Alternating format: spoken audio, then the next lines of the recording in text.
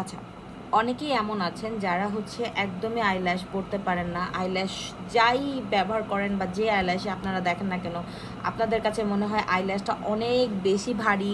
এই কারণে আপনারা একটা পারফেক্ট আইল্যাশ খুঁজে পান না। তাদের জন্য আমি চাইনিজ এই আইল্যাশটার কথা বলবো। আপনারা এই ধরনের আইল্যাশ যদি কোথাও কোনো পেজে দেখেন, দেখেন আমি কোনো স্পেসিফিক পেজের নাম বলতে পারছি না, জাস্ট বিকজ আমি নিজেও ভুলে গেছি, বিকজ আমি প্রচুর আইল্যাশ কিনি। So this eyelash is one of them.